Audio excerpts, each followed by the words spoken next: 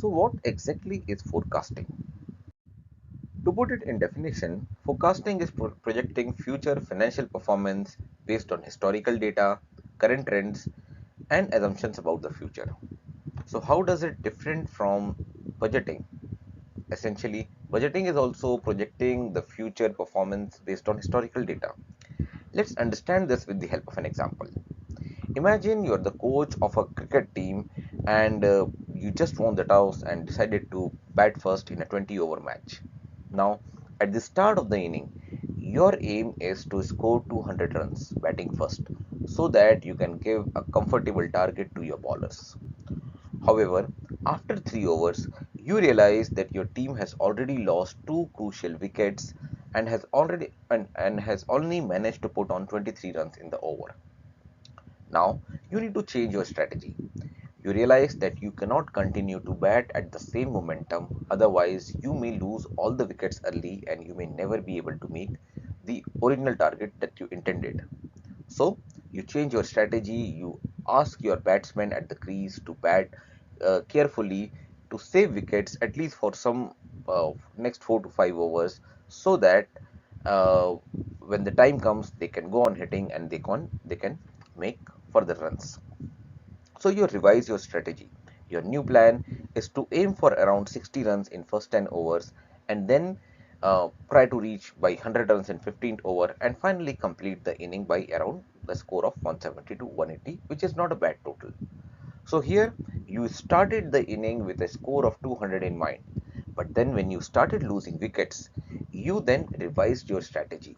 You revised your strategy to 170 to 180 runs. This change of strategy is forecasting. What you decided at the start of the inning was your budget.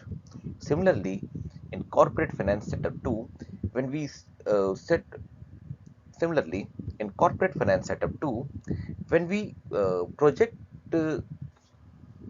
similarly in corporate finance setup 2, when we project the entire financial numbers for the following years based on the data of the current year, that is called budgeting.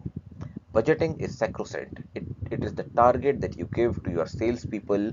It is the approvals limit that you assign to your accounts payable department, and it is the final and it is the projected number that does not change.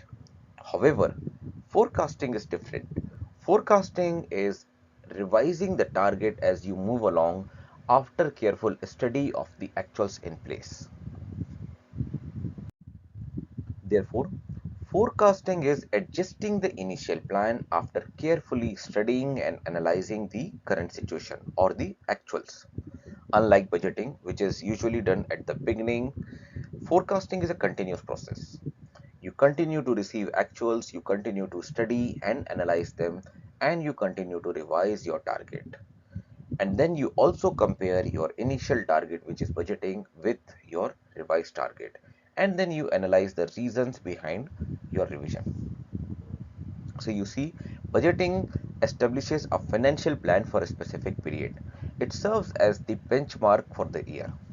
Forecasting, on the other hand, utilizes historical data and current trends, which may not be available when you actually started the budgeting process. It provides updated projection based on the current performance. Strategic planning, on the other hand, is a long range planning over several years.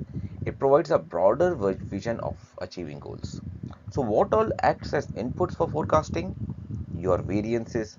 When you compare the actuals with the budget, there are variances. You study the reasons behind those variances and then you use the insights from those reasonings to project the future numbers or to revise your target. Then you have management inputs. Now management may have a different plan, different goal when the budgeting was in place, but then assessing the current situation they might have revised their strategy. Thus your management inputs also act as input for forecasting. Similarly, the department inputs also go into forecasting. So what are the benefits of accurate forecasting? Number one is it helps you prepare. It helps you anticipate the upcoming situation, challenges, and better plan for it. It ensures business agility. In the modern competitive world, Only the business which is agile is more likely to survive. It helps in resource allocation.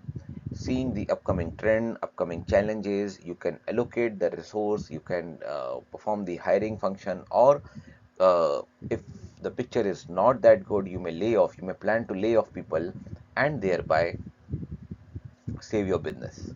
Ultimately, it empowers you for a smarter financial decision making.